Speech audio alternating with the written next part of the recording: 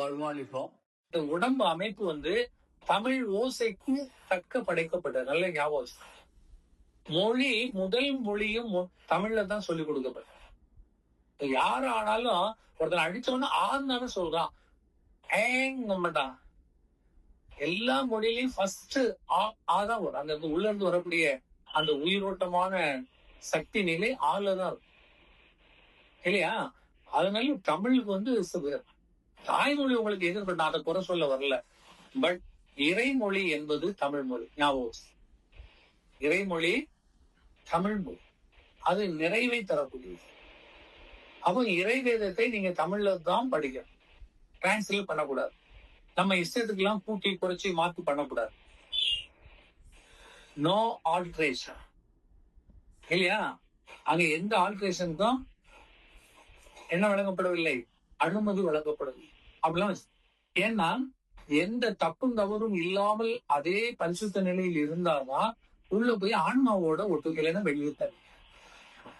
நீ மனனம் பண்ணி நான் எனக்கு 1111 படிச்சுட்டேன், ஆனா சொல்லும் போது பாத்தீங்கன்னா இப்ப நிறைய பேர் அந்த வாக்குகளை மாத்தி கீத்தி சொல்லுங்க. இப்போ நான் உங்கள் மத்தியில் வாசம் செய்கிறேன், அன்பு கண்களை கொண்டு என்னை தரிசியுங்கள், ஆரவாரத்தை அப்புறப்படுத்தினால் மட்டுமே நீங்கள்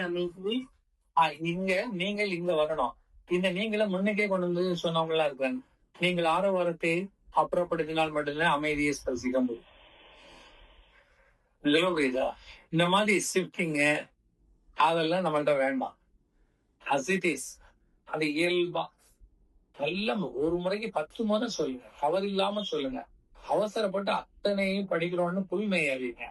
ஒவ்வொரு வாக்கையும் ஏன்னா இந்த எங்க போகணும், இவன் ஆன்மா போய் தொடணும்.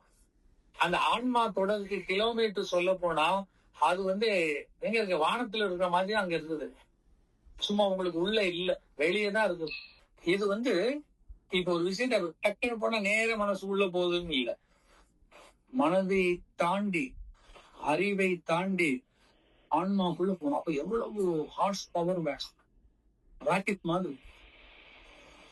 அப்ப அத ராக்கெட் மாதிரி அதை நீங்க அந்த ஃபோர்ஸ் கொடுக்கணும்னா உருக்கமா ஏனாதானோன்னு படிக்கிற மாதிரி இல்லாம உருகி ஒவ்வொரு வாக்கியம் நான் உங்கள் மத்தியில் வாசம் செய்கிறேன், அன்பு கண்களை கொண்டு என்னை தரிசியுங்கள், அதை நீங்க உணர்ந்து ஒவ்வொரு வாக்கியம் அப்படி பண்ணீங்கன்னா உங்க மனப்பதிவு அழிந்து கொண்டே இப்ப கூட அழிவுக்கு வாய்ப்பு லேசா கூட. சும்மா மனதுல இருந்தா பிரயோஜனம் இல்லை, அங்க போனாதான் இது செயல். நீங்க மனசுலயே வச்சிருந்தா மனசுல பூட்டிட்டு தான் இருக்கும். அதுக்குதான் சொன்னேன், உணர்ந்து பண்ணுங்க, மனனம் பண்ணி திருப்பி திருப்பி பண்ணுங்க, எப்ப கேட்டாலும் சொல்ற மாதிரி பண்ணுங்க. இப்ப இதில் நான் 1111 படிச்சுட்டு அப்ப என் லைஃப் முடிஞ்சிருமானா, லைஃப் கர்மா முடியும் போதுதான் முடியும். குழப்பக்கூடாது. அது இதையும் இது எங்க போய் சேர்ந்திருக்கோம், ஆன்மால சேர்ந்திருக்கோம். அப்ப எப்பொழுது அந்த ஆன்மாக்கு வேலை வருகிறதோ, எப்ப வரும், அறிவு மண்டலத்துக்கு போகும்போது. அப்ப உங்களை இறைநிலையா மாற்றக்கூடியது. இப்ப மண்ணில் இருக்கிறது வரை கர்மா இருக்கும், உங்களுக்கு வழங்கப்பட்ட கர்மா. யார் ஆனாலும் சரி, அத்தனை பேருக்கு அந்த கர்மா முடிய வரை அவங்க வாழ்ந்துதான் ஆகணும், அனுபவித்த கடனை தீக்கிற மாதிரி. அப்ப அந்த உங்க ஆயுள் காலத்திற்கு கர்ம காலத்திற்கு நீங்க வாழ்கிற பொழுது உங்களுக்கு புது கர்மா வராம இருக்கிறதுக்கு யார் சப்போர்ட் பண்ணுவாங்கன்னா இந்த 3 சித்தர். நல்ல ஞாபகம், 3 சித்தர்களும் உங்களுக்கு சப்போர்ட் பண்ணும். அப்போ நீங்க என்ன பண்ணணும்னா முதல்ல இறை தேடுதல், இறை சிந்தனை இறங்கிட்டு நம்ம வந்து வாழணும். அது குடும்பத்தை விட்டு போக நான் சொல்லல, குடும்பத்தை இருங்க, வாழுங்க, கர்மாவை கழிச்சுட்டே வாங்க, குறைச்சிட்டே வாங்க. புது கர்மா வராம பாக்குறதுக்கு இந்த 3 சித்தர்கள் இறைவெளியில சேரும். ஞான வழியில மெம்பரா சேர்ந்து இறைவேதம் வாங்கிட்டு இந்த 3 சித்தர்களை நீங்க இருக்க இடத்துல வச்சு அவர்களை பாதுகாத்துக்கிட்டு இருந்தா அவங்க உங்களை பாதுகாப்பாங்க. அவங்களை நீங்க விட்டுட்டீங்கன்னா அவங்க செய்ய மாட்டாங்க. உங்க கூட அவங்க எப்பவும் இருக்கணும். டெய்லி அவங்களே நீங்க ரீஃப்ரெஷ் பண்ணணும். ரீஃப்ரெஷ் பண்ணலைன்னா முடிஞ்சு போச்சு. ஆனா நேற்று வச்ச ஒரு மாசம் கழிச்சுன்னா, ஏன்னா அவங்களுக்கு சக்தி நிறைய உங்க ஒரு ஆள்கிட்ட இல்ல, இத்தனை பேர்த்த கொடுத்துருக்கோம். அப்போ உங்கள்ட்ட வரக்கூடியது ஒவ்வொன்னே நீங்க அப்டேட் பண்ணிக்கிட்டே இருக்கணும். இப்ப நான் கொடுக்குறேன், இத வந்து ஒரே வீட்லயே 3 பேர் 4 பேர் இருக்க வாய்ப்பு இருக்கு.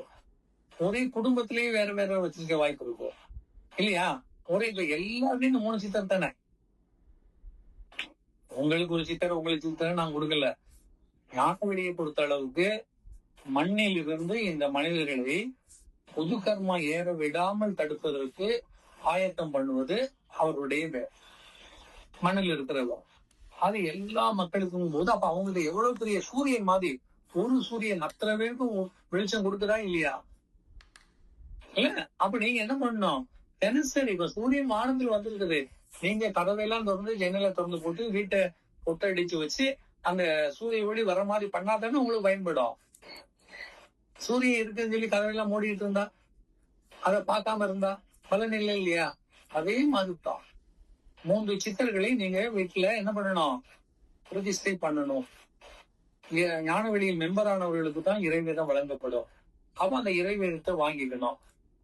அப்ப இறைவேதம் வாங்கி 3 சித்தரும் வச்சாச்சுன்னா நீங்கள் ஞான பயணத்திற்கு ஆயத்தமாகி விட்டீர்கள். இது வரதான் ஞான பயணமே போகுது. ஏன்னா ஞான பயணம் எதை நோக்கி போறீங்கன்னு உங்களுக்கு தெரியாது. நீங்க சாமி கும்பிட போறேன், மந்திரம் சொல்ல போறேன், கோயில் போறேன்னா நீங்க கர்ம வாழ்க்கைக்குள்ள உங்களை இழுத்துட்டே போகும். புரியுதுங்களா? நம்ம ஒரு புது பாதை, தனிப்பாதை, இது உங்க உயிருக்கான பாதை. இப்ப உயிர் பாதையில போறோம். இதுவரை உள்ளதெல்லாம் உடல் பாதைக்கு தான் வாழ்ந்துட்டு இருக்கோம். நீங்க பூஜை வைக்கிறது, உடம்புல மாலை போடுறது, அது போடுறது எல்லாம் பாத்தீங்கன்னா இது சடங்கு சம்பிரதாயம். அவ்வளவு உடம்பு சார்ந்து. நம்ம போறது உயிர் சார்ந்து. ஏன்னா உயிரில் தான் பொருள் இருக்கு. அதனால ஞான பயணம் உயிரை சார்ந்ததாக இருக்கிறது. உயிருக்கு முக்கியத்துவம் கொடுக்கணும். நம்ம ஆரம்பமே நான் உங்களுக்கு கேட்டது, இந்த மண்ணுல உங்கள்ட்ட எது உயர்ந்ததுன்னு கேட்டா எது சொல்லணும்? உயிரை சொல்ல வேண்டும். என்ன சொல்லி கொடுத்துருக்காங்க நார்மலா, உயிர் போகாம பாதுகாக்கணும்னு சொல்லிட்டு உயிரை என்ன பண்றாங்க? போற வழிகள் தான் பண்றாங்க. சண்டை போட்டா போரிட்டா உடம்பு விழுந்துருமே, உடம்பு விட்டா உயிர் போயிருமே. இப்ப அந்த உயிர் போய் உங்களுக்கு பிரயோஜனம் இல்லை. ஏன்னா மனக்கு பதிவில்லாமல் உயிர் போனாதான் நீங்க இறையத்தை போக முடியும். மனதுல பதிவை வச்சுட்டு உயிர் போய் அடுத்த பிறவிக்கு வந்துடும் இல்லையா? அப்ப இங்க உங்களுக்கு உயர்ந்த பொருள் எதுனா உயிரை விட நல்ல சதி. மண்ணில் ஒரு மனிதனுக்கு உயர்ந்த பொருள் எதுன்னு சொன்னா இறைவு. நல்ல ஞாபகம்.